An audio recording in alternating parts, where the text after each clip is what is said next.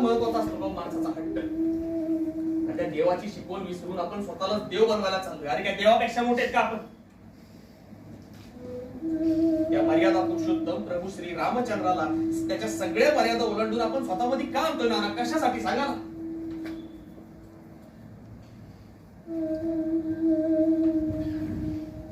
नाना तो टीव्हीतला राम आहे ना, तो लय भारी हो, तो लाख भारी. तो असा आपला सण आहे ना का माहिती? त्याला आपल्या गावातली परिस्थिती कुठं माहिती? त्याला आपल्या गावातल्या समस्या कुठं माहिती? तुम्ही म्हणता ते बरोबर आहे. कलियुगात माणसाला राम भेटणं अशक्य आहे, भेटू शकत नाही. त्याचा उलगडा मला आज झाला. का माहिती? कारण तो राम बनण्यासाठी, तो राम भेटण्यासाठी जो त्याग करावा लागतो ना, करण्याची दानत माणसाची नाहीच.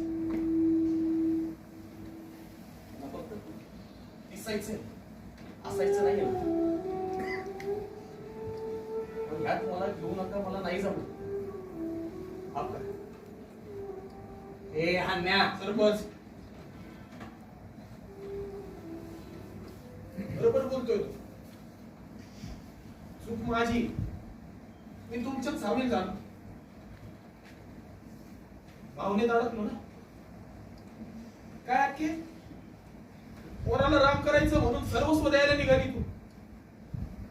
पण रामाच्या वेशात तुझं पूर्ण राम होणार आहे? अगं तुझी गरज संपली की सोडून जाणार आहे ना. तुला आधी गेला होता तसा.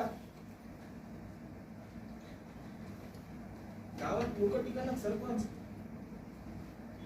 तुम्ही आता देवाला देव म्हणून टिकवलंय, कसे टिकणार लोक?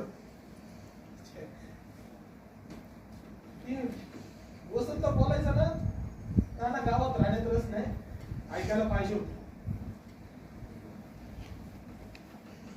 ऐकायला पाहिजे होत.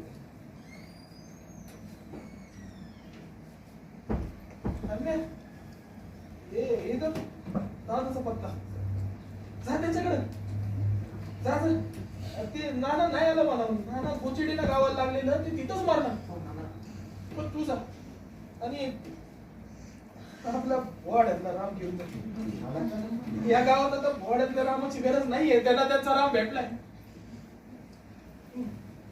तू जा परत. बरं का एक गोष्ट लक्षात ठेवायची,